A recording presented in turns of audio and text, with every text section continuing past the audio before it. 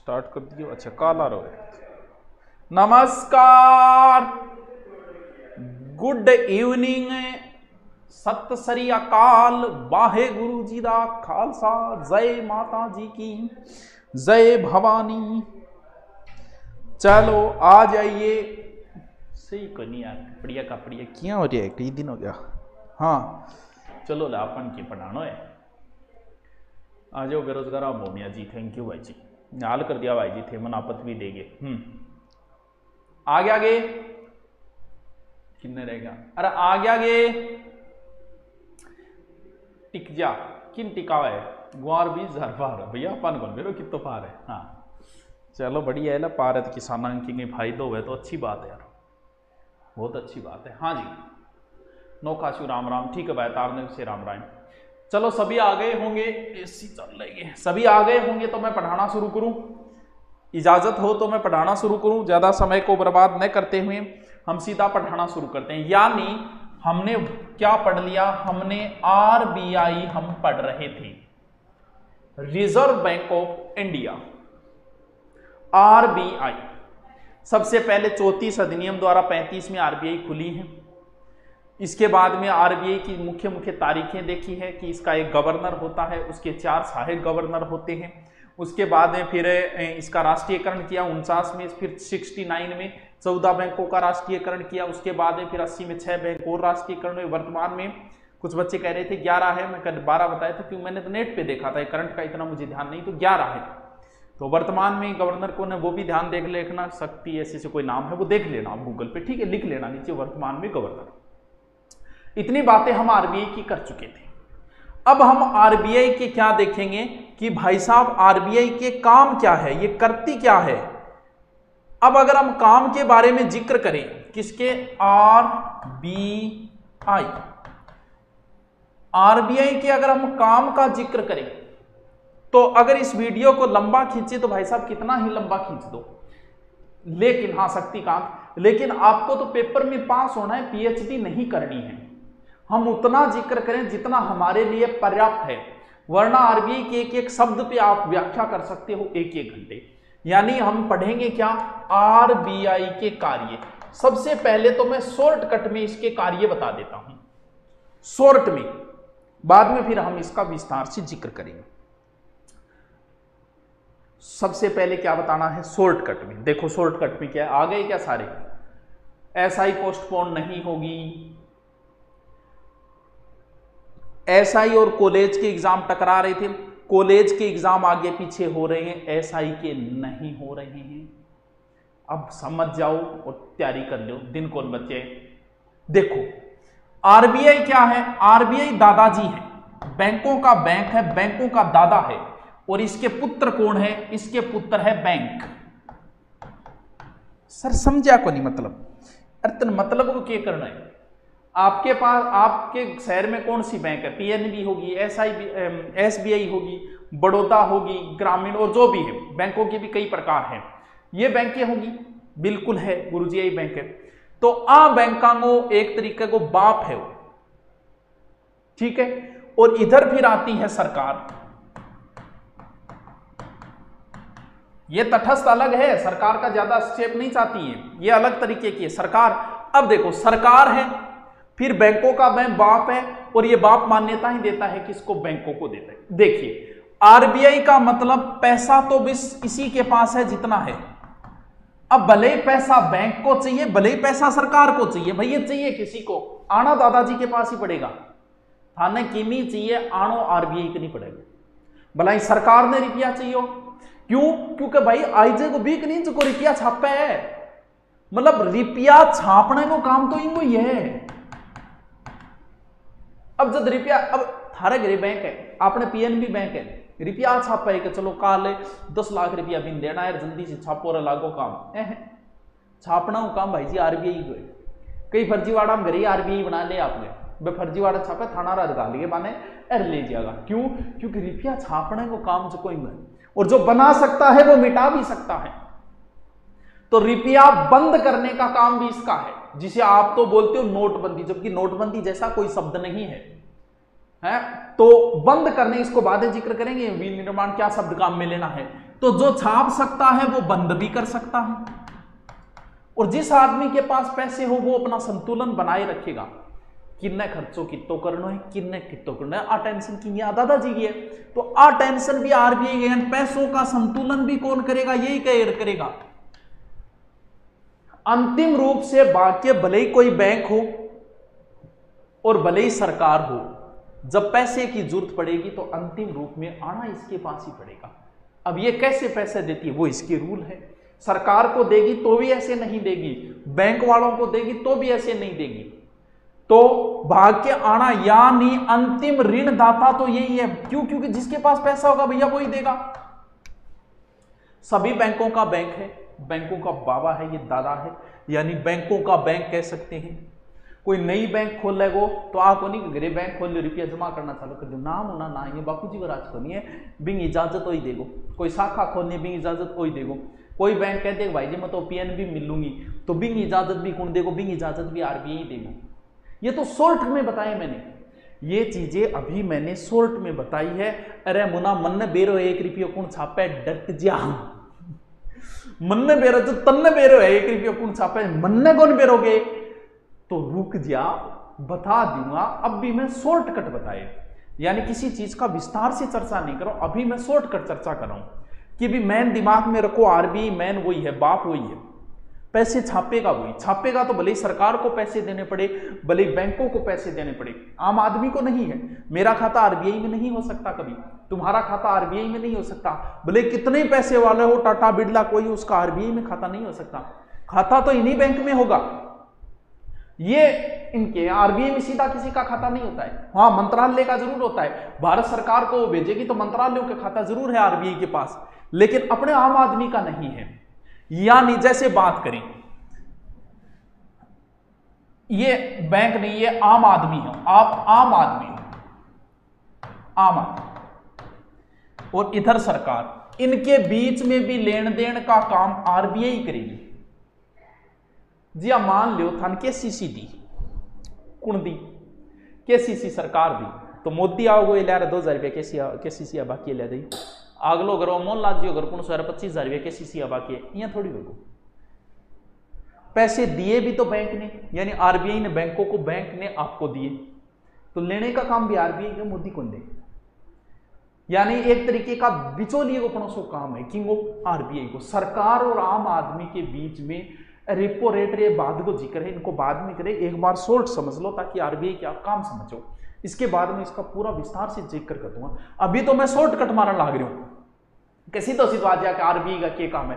यानी आरबीआई बैंकों का बैंक है, मेन बैंक है, पैसा छापेगा, यही पैसों को संतुलित यही करेगा, मार्केट में यही भेजेगा, सरकार को भी यही करेगा। विदेश से संबंधित कोई काम हो, एक बात दो, विदेशी या कोई काम हुए, बिगुन रुपया उधारा लेना है या फिर उसके साथ हम व्यापार वगैरह करना है, अपन नितान के बेरो बन बेरो की इन चीज को पता तो आरबीआई ने, तो उसमें भी मैन कौन होगा, उसमें भी मैन कौन होगा, आरबीआई का। ये तो मैंने मारा है शॉर्टकट, लेकिन हमें तो डिटेल से जिक्र करना है। अब हम एक एक टॉपिक का जिक्र करें, यानी अब हम देखेंगे आरबीआई के कार्य। मैं नोट्स डाल दूंगा, आप साथ में नोट्स लिखना चाहो तो लिख सकते हो, बाद में देखना चाहो तो देख सकते हो, या फिर मैं पीडीएफ डाल दूंगा वो भी ठीक है। यानी हेडिंग है अपनी आरबीआई के कार्य, the work of RBI. Number पहला काम, ये तो पैसे तो यही छापती है, यानी इसे बोला जाएगा नोट निर्गमन, यानी इश्यू ऑफ पेपर करेंसी। निर्गमन बाहर निकालना, यानी नोटों को छापने का काम इसी का काम है। लेकिन समझो, नोट छाप रहे हो तो आरबीआई है, लेकिन नीचो नीचो 1 रुपया, गुरुजी चिल्लर और वह चिल्लर ने सिक्का बोलते तो चिल्लर ना बोले को जो लागे ले सिक्का, और 1 रुपये के बाद में जितने भी नोट आए सभी नोट, समझो बात, रुपया छापना हो काम तो आरबीआई को, कितना ही रुपया छापना पड़ा है बाई छापेगी, कौन छापेगी, आरबीआई छापेगी। यानी जितना भी नोट है अधिकतम 10,000 तक को नोट छाप सके, 1934 के अधिनियम के तहत आरबीआई 10,000 को नोट छाप सके, यानी 10,000 को मतलब लाख रुपये ऊपरली जेब में गलेडा बेरो कौन जाने, इतना तक को नोट छाप सके। लेकिन नोटा में 2 कैटेगरी है, एक तो चिल्लर यानी 1 रुपया और सिक्का, ₹1 चिल्लर नहीं, ₹1 सीधो भी आवे नोट वो।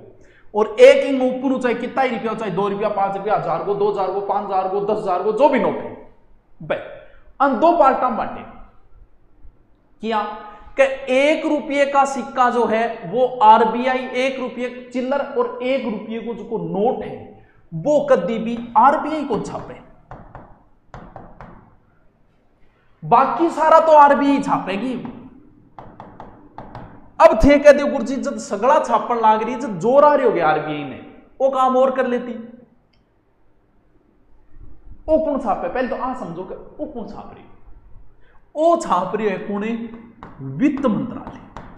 यानी ₹1 कौन छापे, ₹1 छापता है वित्त मंत्रालय, और इसके ऊपर साइन किसके होंगे, वित्त सचिव के।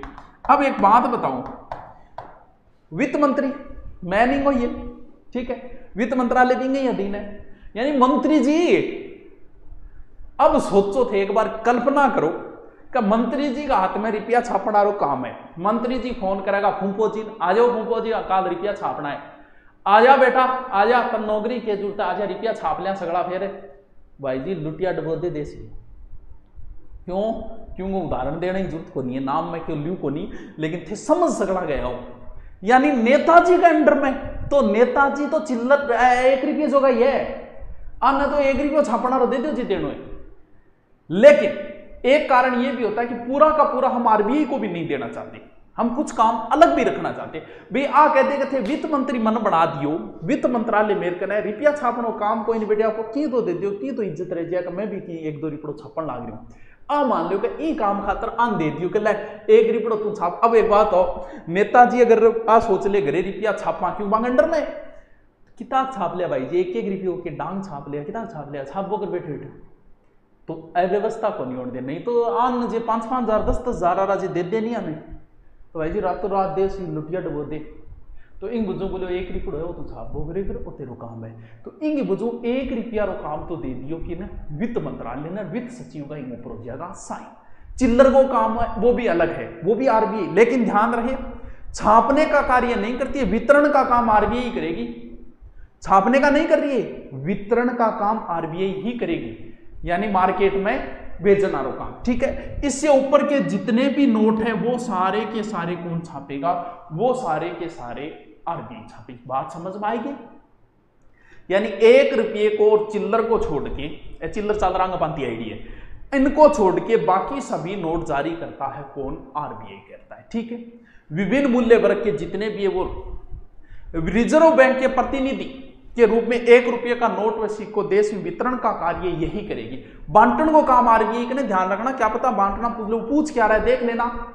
यानी करेंसी किस आधार पे जारी करती है आरबीआई, गुरुजी यहीं के जी आवे जब यहाँ लागे आधी रात में मार के छांटी और छापन लाई जाए, गुरुजी यहाँ आवेगा, यहाँ नहीं। नोट छापने का अपना एक न्यूनतम निधि प्रतिनिधि बोलते हैं इसे, न्यूनतम निधि पद्धति, ये 1957 में अपनाई, इसी के आधार पे होते हैं। मान लो पैसे मार्केट में है, एक बार आपको नहीं पता तुर्की की बात है, टर्की में एक बार ऐसी हालत हो गई थी कि आदमी एक जोड़ो पर ले जानी तो भी एक चागो कप को नहीं, यह हालत हो गई थी। क्यों? क्योंकि पैसे की वहां पर कीमत नहीं रही। कीमत किस वजह से नहीं रही? पैसे में बैठ के मारी छांटी और बहुत सारा छाप दिया।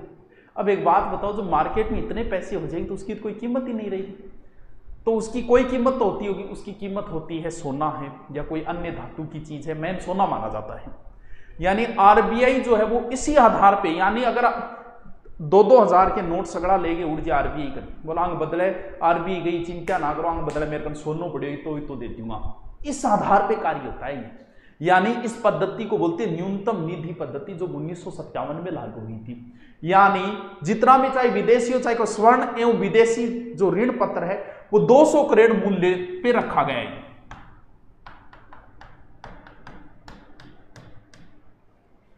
इसमें स्वर्ण कितना होना चाहिए? 115 करोड़।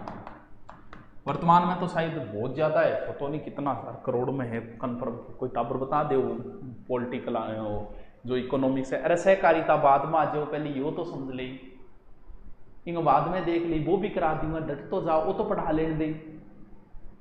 बता दिया, यानी 1 रुपये का वित्त सचिव का दें, ठीक है। अपरिवर्तनशील पत्र मुद्रा का उदाहरण होता है 1 रुपया, ठीक है। अब देखो नोटा में बात, अब नोटों संबंधित आप कुछ थोड़ी सी बात और कर लिया। देखो 1 रुपये की बात कर लिया, अभी नोटों का जिक्र चल रहा है, नोट छापना बंद करना दोनों काम है आरबीआई का, थाना पता है। अभी नोटबंदी के समय उदाहरण देंगे। देखो 1 रुपये जिक्र हो गया, बिल्कुल 1 रुपये का पूर्ण वित्त मंत्रालय जारी करेगा वित्त सचिव के। अगर आपको पता हो तो 1994 में 1 रुपये का नोट बंद कर दिया था, लेकिन 20 साल बाद लगभग 2015 में इसे वापस प्रारंभ कर दिया गया था और राजीव महर्षि के हस्ताक्षर द्वारा इसे पुनः प्रारंभ कर दिया गया था। याद रखो तो रख लो, वरना कोई जरूरी नहीं है, आवश्यकता इस चीज की नहीं है।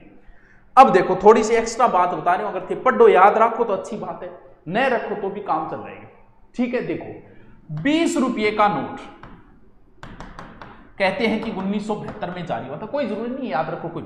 50 रुपये का नोट जो है वो 1975 में जारी हुआ था। 500 रुपये का नोट जो है वो 1987 में जारी हुआ था।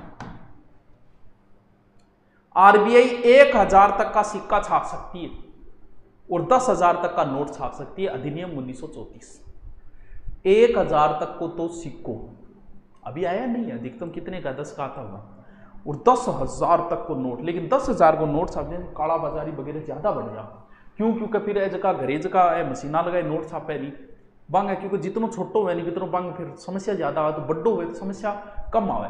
अब नोट पे अधिकतम कितनी भाषाएं मानी गई है? 15 भाषा। अब देखो वर्तमान में नीचो 50 पैसा चल रहा है, कौन चल रहा है या बताओ बंधु, थे इंटेलिजेंट हो सारा ही बताओ, 50 पैसे चलते या नहीं चलते?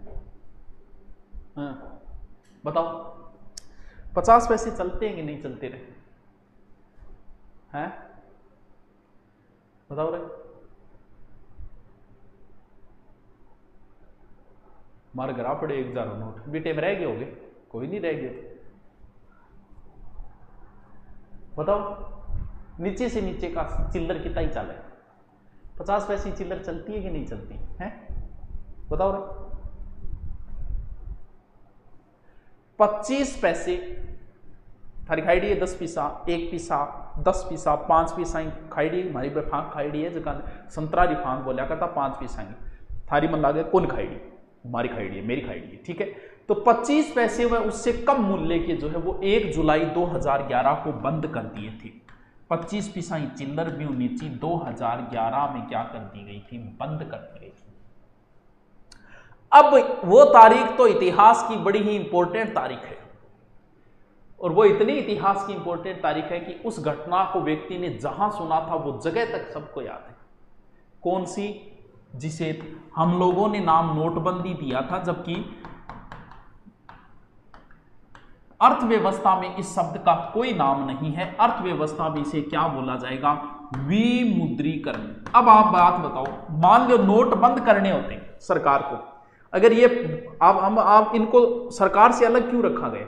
मान लो कि मोदी को नोट बंद करने थे और वो संविधान संसद के अंदर इस विधेयक को लेके आते, तो इतना पूरी जनता में बेरोज चल जाता, नेता था लागे कि साइन कर देता। इन वजह ये काम आरबीआई के अंदर है, उसने चुपके से घोषणा की, नमस्कार भाइयों और बहनों। याद है वो तारीख? सबको याद है, शायद मुझे नहीं लगता कि इस तारीख को कोई भूल पाएगा। बता सकते हो कितनी तारीख है? आप समझदार बच्चों विमुद्रीकरण बोलेगा, कोई ऐसे नहीं बोलेगा नोटबंदी, गलत है। विमुद्रीकरण बंद 8 नवंबर 2016। शाबाश, ये तक याद है? मत टीवी पर देखियो, सबको याद है कि ये खबर किसने कहां से की, कोई ने फोन करके बताया, कोई को कैसे ही बताया था, लेकिन जिसने भी ये घटना को सुना था उस व्यक्ति को कहां सुना और कब सुना वो तक याद है, क्योंकि ये घटना थी ऐसी। फर्क इतना ही है कई लोगों के हार्ट अटैक नहीं आए, वो बात अलग है। क्यों? क्योंकि ये सफल नहीं हो पाई। अगर नोटबंदी सफल होती तो शायद कुछ और ही नज़ारे होते। तो वो तारीख थी 8 नवंबर 2016। उस दिन क्या हुआ? उस दिन नोट बंद हो गए 500 और 1000 के, और तभी 2016 में उसी समय आरबीआई ने 2000 का नोट नया, 500 का नोट, 200 का नोट, 50 का नोट और 1 रुपये के नोट की घोषणा की थी। वैसे आपसे पूछ ले कि 1000 का नोट कब हुआ? 1000 का नोट कब प्रारंभ हुआ?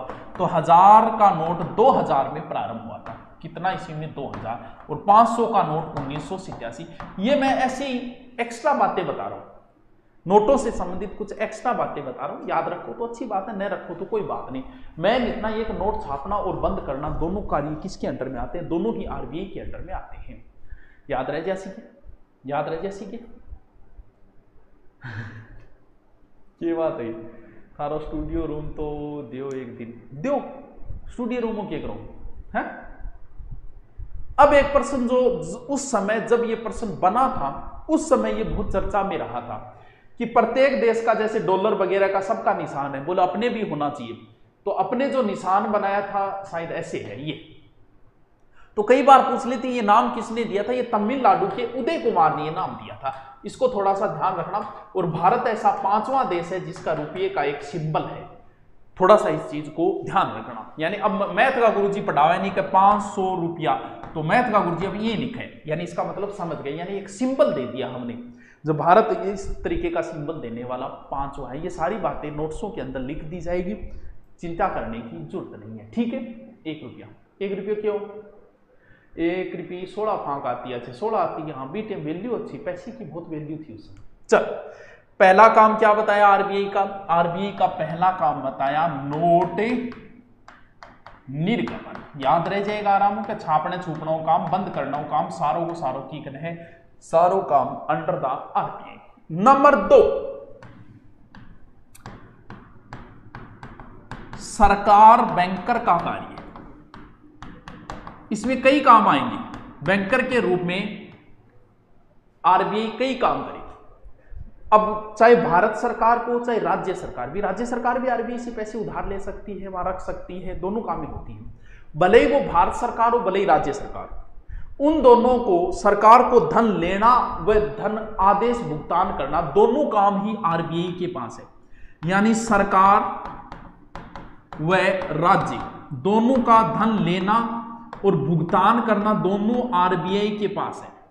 जनता से ऋण लेना है तो मुख्यमंत्री खुद को नहीं बोले, वो भी काम किसका है? वो आरबीआई का। आरबीआई अपने नीचे के अंडर वाले लोगों से करवाएगी, ठीक है। यानी जनता से ऋण लेना है तो वो भी काम किसके हैं? यानी जो काम हमारे साथ बैंक कर रही है वो सरकारी काम, जैसे इस चीज के पैसे दो, या आपको कोई चीज के पैसे भेजती है कि सरकार ने आपके खाते में 500 रुपये भेजे हैं, वो काम जो है ना वो बैंक नहीं कर रही है। जैसे आपके लगभग बड़ौदा में आती है, तो बड़ौदा बैंक में नहीं, बड़ौदा नहीं कर रही, ये काम तो आरबीआई कर रही है। आरबीआई को हो सकता है सरकार ने आदेश दिया होगा, हेलो सर, हाँ हेलो, हाय हेलो। सरकारी कोषों का हस्तांतरण भी इसमें क्यों? क्योंकि बैंकर के रूप में कार्य करते। बैंकरों मतलब जब पैसा रखी जाए, निकाल जाए। विदेशी विनिमय का प्रबंधन भी कौन करती है? वो भी आरबीआई करती है। आर्थिक सलाह कोई देनी है तो आर्थिक सलाह नेताजी की किताब पढ़ेड़ा है था, छुपेड़ो कोई नहीं। आर्थिक सलाह कौन देगो जिया? कई इकोनॉमी डाउन आ रही है, थे यहाँ करो, मियाँ करो। अपना नेताजी तो कितो पता है, जो नेताजी बोलनो कौन बेरो बान ओ बेरो है, ये कह रहे पोदर के वे रिवर्स रेपो दर के वे कौन सा इकोनॉमी पीएचडी ग्रेड आए, तो बा जानकारी भी कौन देगो? बा भी सरकार ने आरबीआई देगी। बात पल्ले पड़ेगी। यानी रुपया लेना देना, आम आदमी को लेना देना, सह काम भाई जी आरबीआई का है। याद रहे जैसे कि वो आरबीआई को क्या काम है? वो दूसरो काम है। नंबर 3 का रिजर्व बैंक, यानी बैंकों का बैंक, बैंकों का बैंक। अब एक बात तो, बैंक ने रुपये की जरूरत कौन पड़ सकेगी भाई? बैंक की रुपया छापे थोड़ी है। मान लो बैंक ने रुपया उधार लेने की जरूरत पड़ेगी तो बैंक करना होगा, थार करना होगा क्या है?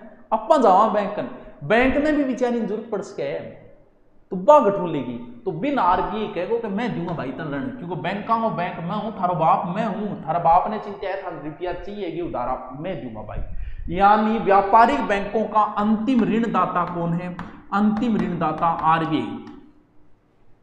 साख नीति पर नियंत्रण का कार्य भी इसे, क्योंकि बैंकों का बैंक है। सभी बैंक का रुपया ज्यादा हो गया, यथार्थ रुपया ज्यादा हो गया तो थे तो चलो बैंक में रखिए, बैंक में ज्यादा हो जाए बैंक ये करे, आप घरे ले जाओगे मैनेजर, वो आरबीआई में रख देगो। कम पड़ा जब कहो पिताजी थोड़ा उधार दे रही पड़ा, कम पड़े उधार ले लो, तो वो काम क्यों है? वो काम आरबीआई को है। क्यों? क्योंकि बैन कौन है? मैन आरबीआई है। तो कह दो क्या चाह रहे हो? मैं 17 साल का हो रहा है SI ऊपर, तू भर दे मुना 17 साल का SI, तू लाग गए तो दिखाते रहो, मैं करवाऊंगा, ज्वाइनिंग मैं करवा दी, तू लाग गए दिखा। मतलब इतो कॉन्फिडेंस आ रहा है मैं 17 साल को SI उस RS फाड़ दी, तू लाग तो शुरू, कॉन्फिडेंस देखो बंदे का। तो तू लाग जा, फार्म भर दे, लाग जा, फिर मेरे को आगे मिल गई, मैं तेरे ज्वाइनिंग करवा गया हूं, देखो 17 साल हुए, देखो RS लाग गए। किसी की बात ना करो थे आप। चल ठीक है, नेक्स्ट है जो विनिमय दर का है, वो स्थिर करने का कार्य भी इसी को है। विनिमय दर वगैरह को हम अलग से एक टॉपिक लेंगे, उसमें रुपये की विनिमय दर का भी यही करता है, अलग से लेंगे इसको। साख एक तरीको थारगंज का रुपया फैलेडा ही नहीं है, 500 नोट है, वो एक तरीको साख तरीका है, देसी भाषा में सीधो सो बात आए। साख पर नियंत्रण कौन करता है? साख पर नियंत्रण भी RBI के दिन। मांग पूर्ति, इसको संतुलन का कार्य जो पैसे का है ना, वो भी कौन करता है? वो भी काम RBI का है। बात की पल्लक पड़ रही है तो ऊपर कर जाए। उद्योगान पे साई जरूरत पड़ जाए, जो उद्योग धंधा वगैरह है, मन रुपया जरूरत पड़ जाए, टाटा बिरला अन्य भी रुपये जरूरत पड़ जाए। तो उद्योगों को अगर पैसे की जरूरत पड़ गई तो फिर इनके लिए कौन? इनके लिए कार्य भी है, भले ही अल्पकालिक ऋण दे, भले ही दीर्घकालिक ऋण दे, ये सारे काम जो है वो भी एक तरीके से RBI के अंडर है। यानी उद्योगों को जरूरत पड़ गई, राज्य के वित्त निगम दीर्घ और लघु जो है वो यही देता है। नंबर, यानी औद्योगिक वित्त व्यवस्था में भी यही सहयोग करता है। औद्योगिक सारा नोट साम लिखे डाए, चिंता ना करिए। आंकड़े जो है ना, ये आंकड़ा कौन कौन सा? जी मुद्रा का है, या फिर साख का है, वित्त का है, कृषि का है, औद्योगिक उत्पादन का, ये सारे के सारे जो आंकड़े ना, या फिर आर्थिक समस्याएं समझने, इन सब के जारी भी एक तरीके से RBI करती है। यानी औद्योगिक से संबंधित, वित्त से संबंधित, बैंकिंग, साख, मुद्रा, ये सारे के सारे आंकड़े जारी करने का कार्य भी यही है। याद रहे, मंत्रालयों के खाते सीधे RBI में होते, हमारा खाता RBI में नहीं होगा, हमारा तो PNB, BOB इनमें होगा, या तो बेटा है वहां। मंत्रालयों के खाते ध्यान में रहे थोड़ा सा, किसके पास होता है? RBI के पास। अब मान लो मन ने नई बैंक खोलनी, कल्पना तो कर, अपन क्या भी खोलनी है, कल्पना तो कर, तो फिर मान्यता कौन देगो? नई बैंक की मान्यता RBI देगो। बैंक मान लो मेरू चाली को नहीं, मैं कहूंगा मैं PNB से अगर मिलना चाहूं तो ये PNB भी तैयार हो जा, तो फिर दो बैंकों का विलय का हस्ताक्षर भी कौन करेगा? RBI। मान लो मुझे कहीं नई शाखा खोलनी है तो भी उसकी इजाजत कौन देगा? उसकी इजाजत भी RBI देगा। विदेश में कोई बैंक जानो चाहे, जैसे हमारे भारत में भी बहुत सी विदेशी बैंकें हैं, तो विदेश में कोई बैंक तो बिंग इजाजत भी कौन देगो? RBI देगो। उधार लेना, जमा करना आदि काम भी इसी का है। समझिएगी, समझा के बात नहीं। अब एक चीज ध्यान रखना, जैसे आप कई बार पैसे जमा कराते हो, मान लो आपने PNB में पैसे जमा करा रखे, फिर आपने कोई AU बैंक में करा रखे हैं, 10 लाख यहां पड़े हैं, 10 लाख यहां पड़े हैं, 10 लाख आपके BOB में पड़े हैं। कल्पना करो यार, कौन सा जोर आ रहा है? आनंद तो लो, कल्पना तो बड़ी करो, छोटी क्यों करो? अब आप कहोगे, कई बार देखते बोले PNB ब्याज कम दे, AU ब्याज ज्यादा दे, या थे होगा कि AU ब्याज कम दे, PNB ज्यादा, ऐसी बातें करते हैं। तो इसके मामले में RBI का कोई हस्तक्षेप नहीं होता, ये ध्यान रखना। कोई बैंक किसी पैसे आपसे उधार आप लेते हो या वहां पर रखते हो, इसमें कौन सी बैंक कितना ब्याज लेगी, कितना ब्याज देगी, उसमें RBI का हस्तक्षेप नहीं होता है। बात ने समझा कि थे? साख सर्जन में भी RBI का हस्तक्षेप नहीं होता है। इन दो बातों को थोड़ा सा ध्यान रखना। अब जैसे हमारे वो है, उसकी संगमरमर की फैक्ट्री लगी हुई है, ठीक है, तो उसमें क्या होता है, संगमरमर चाइना से आता है हमारा, तो चाइना में हमें पैसे भेजने पड़ते हैं अकाउंट में, और वहां से वो गाड़ी भेजते हैं। जैसे एक गाड़ी कम से कम 10 लाख समथिंग की पड़ती है। तो ये कार्य जो है, अब चाइना में तो दूसरी मुद्रा चलती है, शायद यूरो है, हमारे यहाँ रुपया चलता है, अमेरिका में डॉलर चलता है। जैसे यूट्यूब के पैसे जो होते हैं ना, बहुत से बच्चे यूट्यूब नहीं चलाते होंगे, यूट्यूब में जो पैसे होते हैं वो जैसे हर महीने का मान लो मेरे $1500 आता है, ठीक है, ये अमेरिकन कमाई है, यानी मैं जो पैसे कमा रहा हूं यूट्यूब से, वो डॉलर में कमा रहा हूं, लेकिन मेरे खाते में तो डॉलर नहीं आएंगे। 1500 रुपया कौन है? मेरे खाते में आओगा 1500 गुणा जो भी डॉलर का भाव है 70-75, जो गुणा करके जितना रुपया होगा 20 रुपया मेरे खाते में होगा। तो वो मैनेज करने को काम भी RBI को। यानी विदेशी मुद्रा को जो है वो कहां डॉलर क्या है ये, जैसे मान लो इसी सिचुएशन आ जाएगा, आरबीआई में रुपये की जरूरत पड़ जाए, मान लो आरबीआई में जरूरत पड़ जाए, भारत सरकार को अगर पैसे की जरूरत पड़ेगी, भारत सरकार आरबीआई से ले लेगी। अब मान लो आरबीआई, भारत सरकार एक पत्र दे देती है, इसका जिक्र बाद में करेंगे, उसके आधार पे होता है वो पत्र, फिर आरबीआई जो है वो बैंकों को या बड़े बड़े उद्योगपति अंबानी अडानी वो खरीद लेते हैं, वो उनके पास एक तरीके का साख होती है। अब जैसे आरबीआई को पैसे की जरूरत पड़ गई, वो कहां जाएगा, हो जाए ऐसी सिचुएशन आई है हमारे यहाँ मनमोहन सिंह के समय, तो बताइए जब वो गवर्नर थे, बताइए वो कहां जाएगा भाई साहब, साख, हाँ मान लेते जेब में रुपया पड़े, साख है 500 का नोट है वो सीधो साख है, सीधी देसी भाषा। तो जी मैं भी बैंक कौन सी हूं, बैंक तो खोल ले, रात ने बंद करे ताड़ो खोलेगो क्या खोलेगो, ताड़ा री भलाई खोल ले, बाकी तो मुश्किल काम है, अपने बस की बात को, ना तेरे बस की ना मेरे बस की, आप सिर्फ पढ़ सका है ना।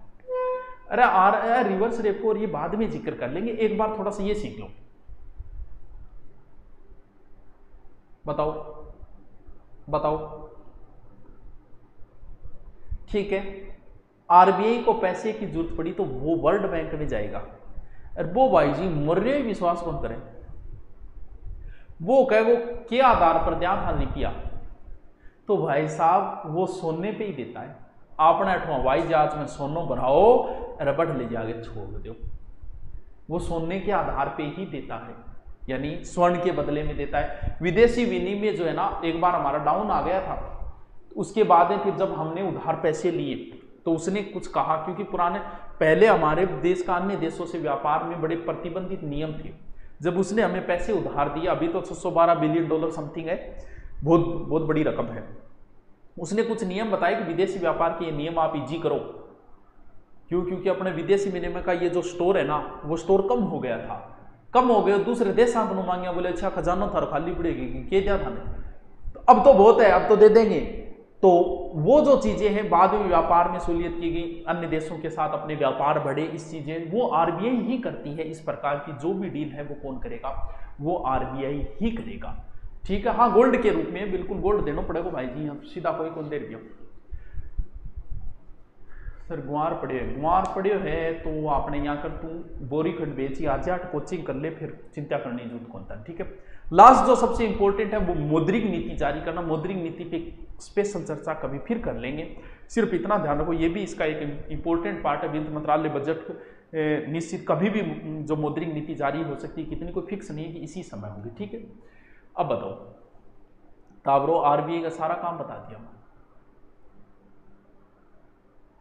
क्या कह रहा हूँ, गुरजी थारा नाम से यूट्यूब चैनल बना लीजिए, तो मेरे नाम क्या बना लेते हो, फिर उदासियों की वजह तो बहुत है जिंदगी में यारों, पर बेवजह कुछ रहना मजा ही कुछ और है। अच्छा पहले तो आप तो समझ में आयोगे, थरने आए तो ये कहते गुरजी समझ में आ गए, कम से कम बनिया लागन जोर को समझाती,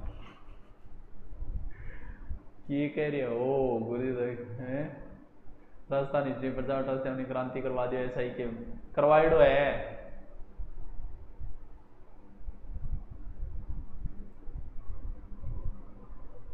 हाँ मनमोहन सिंह गवर्नर रहे हैं, ऐसे वो जो गवर्नर भी रहे हैं और प्रधानमंत्री भी रहे, एकमात्र उदाहरण है मनमोहन सिंह जी का,